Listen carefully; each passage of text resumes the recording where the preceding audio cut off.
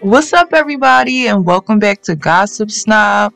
In today's video, we are going to be talking about the infamous Diddy. And y'all, this one is a doozy. As I was doing research on him, I found out so many scary things. Diddy really is the devil with many names. But anyway, stay tuned to this video. Y'all don't want to miss this one. Diddy is the biggest oxymoron ever. He puts on this peace and love front, but he has done so many unspeakable things to people in the music business.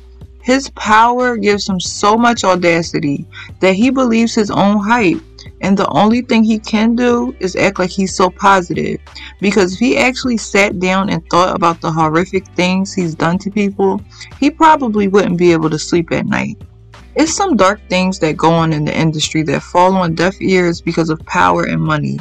Think about all of the bad boy artists that have come and gone never to be seen again. I don't know if the Illuminati is real, but if it is, Diddy is definitely a part of it doing the devil's work. The music industry is cutthroat.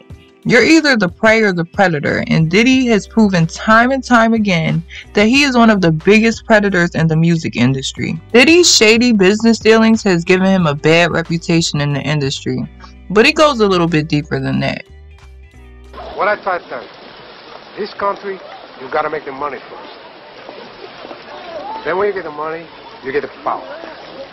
Then when you get the power, then you get the woman. Money, power, and success can be dangerous in the hands of a monster, and time again, Diddy has shown he has no loyalty to his artists or the people in his life in general. Before he started calling himself Love, there was Diddy, and then there was Puff. Puff got his start as a talent director at Uptown Records. During his time there, he developed the R&B queen Mary J. Blige and group Jodeci, and while there, he met the first artist that would change the whole trajectory of his career. He met Biggie Smalls and Craig Mack. Soon after, Puff got fired from Uptown, and instead of working at another label, he decided to start his own, Badboy Records. He ended up signing both Craig Mack and Biggie Smalls, and Craig Mack went on to drop Flavor in Your Ear, the first single ever released from Badboy Records, and the remix, which became an even bigger hit and a historical moment in rap history because this is where Biggie really got his shine for the first time. The remix shot up to #1 on the Billboard charts and was even nominated for a Grammy. But it was already stamped in Puffy's mind that Biggie was the bigger star. And the numbers didn't lie either, because Biggie outcharted Craig Mack on the Billboard charts, and they both released their albums in the same month, September 1994. It was clear that Puffy's focus was entirely on Biggie, and it didn't help that Puff didn't like Craig Mack's manager. So he decided to flex his music executive muscles, and he threatened to drop Craig if he didn't fire his manager. Craig refused, so Puffy followed through with his threat, and Craig Mack was out of the picture. Puffy got rid of him so easy, and Craig Mack could see that he was only used as a stepping stone for Biggie's up-and-coming career, and Puff was only loyal to whoever made him the most money. Craig was unfortunately the first one to get burnt by Puff, but he definitely wasn't the last. Craig Mack tried putting out more music, but none of it charted the way his first album did, and he basically disappeared and joined the Christian cult until his untimely death in 2018 at only 46 years old. What did Puffy do to traumatize his artists so bad that they had to run to religion to try to get set free from his wrath? From 1996 to 1999, Mase was another big artist to come from Badboy Records. His first album went quadruple platinum, but in the middle of his success at only 24 years old, he retired from rapping to become a pastor. He should have been comfortably rich, but instead, he was caught up in a horrible contract with Puff, who made millions off of him and gave him close to nothing in return. Puff was ripping his artists off left and right, and it was nothing that anyone could do about it because it was Puff, and when they signed on the dotted line, they signed their freedom away to be forever enslaved by the head bad boy himself. And let's talk about Shine. Shine was hot and everyone wanted him, including Puff and Jermaine Dupri. Shine was warned by many people not to sign with Puff, but of course, like a wolf in sheep's clothing, Puff came through with an offer he couldn't refuse. Puff offered Shine millions of dollars, 3 cars of his choice and multiple homes, and a 5 studio album deal. Hindsight is 2020 and business savvy is important, but it was obvious that the artist he signed didn't have it, and what young up-and-coming artist wouldn't take a deal like that? Puffy knew how to hook his artists just to set them up for the kill later on down the line. You would think that after signing the deal of a lifetime, everything would be great, but Shine became a shell of himself. The people around him realized he started changing. The things he seen at Badboy really got into his head. He became indifferent to everything around him. But things got even worse for Shine only a year after signing with Badboy Records. Shine, Puff, and J-Lo went to a nightclub and things went really bad really fast. This was the night that changed Shine's career forever. Shine overheard a group of guys arguing with Puff, and from that point on things escalated. Shine alleged someone reached for a gun. Shine pulled his gun and defended himself. 3 people were injured from that incident, and Shine ended up being charged with attempted murder, assault, and reckless endangerment. Puff ended up throwing Shine under the bus and was acquitted of all charges, and Shine spent 8 years in jail. He then was released and deported back to his home country Belize, and then later on, he visited Jerusalem and converted to Orthodox Judaism and changed his name to Moses. Loon is the only one that kind of got out of Badboy unscathed because he started his own record label, Boss Up Entertainment. Loon stated that it was hard trying to work with a record executive that was also an artist, and he needed more attention as an artist himself, but they split amicably. His business venture didn't last that long, and he ended up converting to Islam and moving to Egypt. In 2011, he was arrested on a trip to Brussels for intent to traffic drugs, and he was sentenced to 14 years and released in 2020. All of these artists had a tumultuous time with Puffy that didn't end good at all, but they all share a similar story. Most of them ended up in jail or with financial problems, fighting to get out of a bad contract and turning to religion because all of the evil shit that they witnessed because of Puff. Luckily, these were the artists who made it out alive. Some didn't. Biggie catapulted Puffy's career into superstardom status. Music executives weren't really known for being front and center, but Puffy wanted his face to be known. It was common for him to be seen dancing badly in many of his artists' videos. He's not your average music executive. Instead of playing the executive role, he wanted to play artists. He would also charge artists a fee for being in their videos without them even knowing. But even though Puffy tried to outshine his artists, he could never outshine Big in his rhymes. Biggie came, saw, and conquered, and even though his career was short-lived after he was murdered at only 24 years old, he was and forever will be a legend in hip-hop. Biggie was Puff's main moneymaker at Badboy Records, but Biggie wasn't happy with his deal, and it was rumored that he wanted out, but he died before he had a chance to break free of Puff's chains. The East Coast West Coast beef was one of the biggest beefs in hip-hop history. Biggie ultimately died because of Puffy's bad decisions, and so did Tupac. I'm not saying he's entirely to blame, but everything that led up to Big and Pac's deaths were just a series of unfortunate events that were fueled by 2 of the biggest music execs in the game. The media also didn't help the whole East Coast West Coast beef either. Bloodshed was inevitable. It was rumored that Puff put a $10,000 bounty on a death row chain. Let that sink in. Pac got shot because Orlando Anderson snatched a chain from a guy in Pac's crew, and Pac and his crew ended up jumping him, which ultimately led to Pac's death. People like to speculate about who killed Pac, but I believe that's what really happened. And because of Pac's death, Biggie subsequently got killed for revenge. All roads lead back to Puffy and his shitty decisions. But things only got better for Puffy because now Tupac was out of the way, and all of the attention was on Biggie and Badboy Entertainment. According to Little C's, before Biggie died, Puff bought Biggie's publishing for $200K because he was broke, even though he had a hit on the radio called Juicy. And Puff still has Biggie's publishing to this day, making money off of Big even in death. Biggie's daughter even spoke out against Puff, saying that he does nothing for her family. So it shows you what type of person Puff is. Big and Puff were friends, and if something happened to him, I'm sure he expected Puff to take care of those closest to him, but Puffy had other plans. A lot changed for everyone after Biggie's death. He was the face of Badboy, and now he was gone, just like that. So what does Puff do? He makes a song to honor, and I use that term loosely, Biggie. The song was titled I'll Be Missing You, featuring Faith Evans. Faith Evans didn't even have a chance to grieve properly before Puff started calling her to get in on I'll Be Missing You. Plus, she was in a bad place with Puff because she was signed to him too, and she felt overshadowed by a lot of the Badboy artists because Puff put everybody before her. Through all of that, she still got on the song because she was practically forced to by Puffy, and then she had to perform it live with him. And when she refused, he exploded on her and said, "If you don't want your career, then fine, but you won't mess my shit up."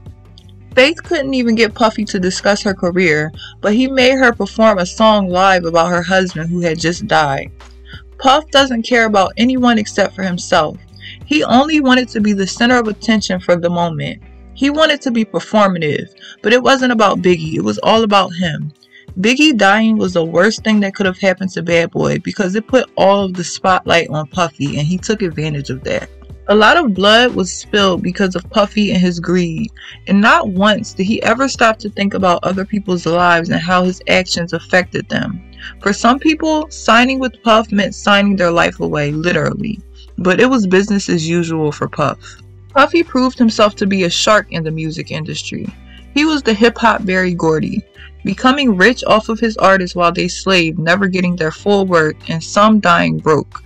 It has been so many artists that have come up under Puffy that's come and gone, making him rich in the process, and most likely still making him rich because of his lifetime contracts. Puffy is in the business of ripping people off, and not only in the music industry. Corey Holcomb shared an interesting story about Puff on his radio show. Once upon a time, Puffy had a show called Bad Boys of Comedy. In the comedians' contracts, Puffy wanted 10% of the earnings that they would make on the other TV show appearances for life. Corey, of course, did not sign the contracts, but it was other comedians trying to get on that did. Puffy has no limits on who he will scam. If Puffy can be so blatantly shady and evil in public with his business dealings, he must be a monster behind closed doors. Puff is always changing his names because he really doesn't know who he is, even with all of the money and fame. He can change his name 1,000,000 times. He will never be a good person, and he isn't who he portrays himself to be at all. I wonder how long it took for him to get his peace and love act down, because I have a nagging feeling that it's the farthest from the truth. Who is Puff, really? He has had so many beautiful women like Cassie, Kim Porter, J-Lo, Lori Harvey, the list goes on and on. He's never married one of them, despite being so in love. Is it all an act? Did he use these women as beards to hide who he truly is? Puffy has always been very public in his relationships, and with his relationships being in the public eye, there have always been a lot of rumors about him being controlling and very abusive, which is a common theme in his life. The women who probably went through the most is the mothers of his children. He said himself he met all of them the same year, and all of their relationships started off as friendships that turned into something more. And as one relationship would end, he would end up with his next friend. In reality, he played all of these women, and they were just more women in his harem until they got upgraded to baby mama status. And even after that, he never married one of them. I especially feel a way about Kim Porter because she tragically died, and now Puffy uses her death for sympathy like he tends to do with people. He says how much he loved her and she was the love of his life. If she was, then he would have married her, but instead she ended up getting involved with the egomaniac who mentally and physically abused her, allegedly, and she deserved better. The countless rumors of him being abusive to women doesn't surprise me, because men like him who have money and power feel like they can do anything and get away with it with no repercussions. It's a real power trip thing, especially when they get with women they think are weak-minded. They use and abuse them for play and then dispose of them. Cassie stayed with this man for 10 years, just for her to get her ass beat, cheated on constantly, and then get absolutely nowhere in her career, even though she was signed to the man that she was sleeping with. That's why as soon as Cassie could find a good man that didn't waste her time, she took her opportunity to get out, and she ended up with Diddy's trainer, Alex Fine, and they are now married with a baby. She luckily escaped his wrath without being truly hurt, but I'm sure she was very traumatized. Another woman Puffy abused named Virginia V publicly spoke out and did a whole 3-part interview about him, and she talked a lot about his sociopath personality. He allegedly beat her up, made her get 2 abortions, and emotionally abused her for 5 years. Every woman that Puffy gets with has horror stories that they lived through being tied to him. Surprisingly, surviving Diddy hasn't dropped yet, but karma is something that you can't pay your way out of, so I'm sure his time will come. His latest victim is Carisha, and their relationship is so odd to me. It's so clear that it's transactional on both sides. Puffy isn't stupid. With Puffy's history, you would think a woman that's in the industry would steer clear of him, but Carisha is actually doing business dealings with him.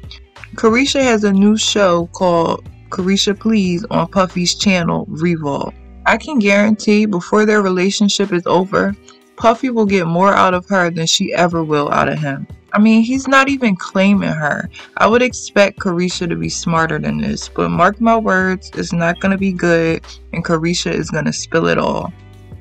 Gay rumors have been circulating about Puffy for years, and not once has he ever confirmed or denied, which says a lot. Puffy doesn't have a problem with public displays of affection with other men, and the outside persona he puts on is very flamboyant. So why don't he just come out? It's 2022. Stranger things have happened. Produce the album. We're gonna do their social media, blast them out there, and so you know it was something that was special. Callie made a comment on the last episode. What did he mean when he said this? I remember Diddy saying, "If you get on your knees." What was he talking about? I said, if you get on your knees, you're supposed to cry. Oh. If you're singing a song. Oh, okay. We segueing into the Drink Champs interview when you was with Nori and Fab and Jada and everybody. They made a compilation video of you because they said you were sounding real suspect on the interview. Yeah. Did you see that? Of course, did he see it? No, I didn't see it. You didn't see it? I swear to God. Come on, man. You saw that on World Star and on the gram. Check this out. When they started playing the game, the pause game, I would definitely... That came from Harlem, too, by the way. Yeah, came from Harlem. I definitely would say the crowd would be like, whoa, did he just say that? You know what I'm saying? I don't play games. Y'all know. You know what I'm saying? I'm a grown man. I don't play games. But, yeah. Did you compilation? Nah, I was coming off of being in Miami a night of partying. I don't really remember what I was saying. You know what I'm saying? Would you like a reminder? Yeah, sure. Play some. Hey, yo, listen, yo, I love it all. I love it all, man. I like when you like this, Daddy. Yeah, when you put my bag Daddy, I like. 3 years ago, Puffy featured on this song called Hope by an artist named Blood Orange. It was a strange video with questionable imagery, and at the end, Diddy started talking in this cryptic, roundabout way about how he's scared to be loved the way he truly wants to be loved. I think this was his way of coming out without fully doing it. He knows that everyone knows the truth, and it's not like he tries to hide it. Puffy has been known to get loose at his parties, and multiple people have come out about walking in on him and compromising positions with other men. Jaguar Wright alleged that a friend of hers who worked for Badboy walked in on Christopher Williams going down on Puff, and Puffy's bodyguard backed up the claims. When Puffy confronted the woman who walked in on them, she asked him why didn't he lock the door, and he responded he could do whatever he wanted to in his building, and if he could make a man suck his thing, he could make anyone do anything for money. A man who uses his powers for evil instead of good is so dangerous, and after a certain point, Puffy stopped caring about what people knew or thought about him. But it wasn't always like this, because Wendy Williams was actually the first one to put Puffy on blast for being on the DL back in her radio days. Their beef lasted for years.